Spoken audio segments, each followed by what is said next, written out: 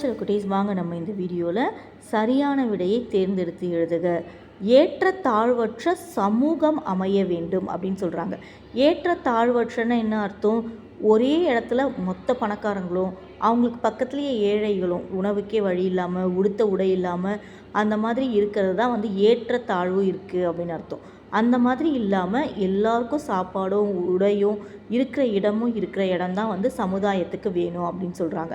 அதுதான் ஏற்றத்தாழ்வற்ற சமூகம் அமைய வேண்டும். நாள் முழுவதும் வேலை செய்து களைத்தவருக்கு அசதியாக இருக்கும். அசதினா சோர்வு. அசதின்னு என்னது? சோர்வு. நிலவு கூட்டல் என்று என்பதனை சேர்த்தெழுத கிடைக்கும் சொல் நிலவென்று. நிலவென்று.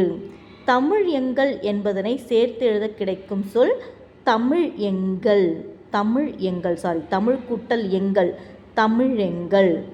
அமுதென்று என்னும் சொல்லை பிரித்து எழுத கிடைப்பது அமுது கூட்டல் என்று. செம்பயிர் என்னும் சொல்லை பிரித்து எழுத கிடைப்பது செம்மை கூட்டல் பயிர்.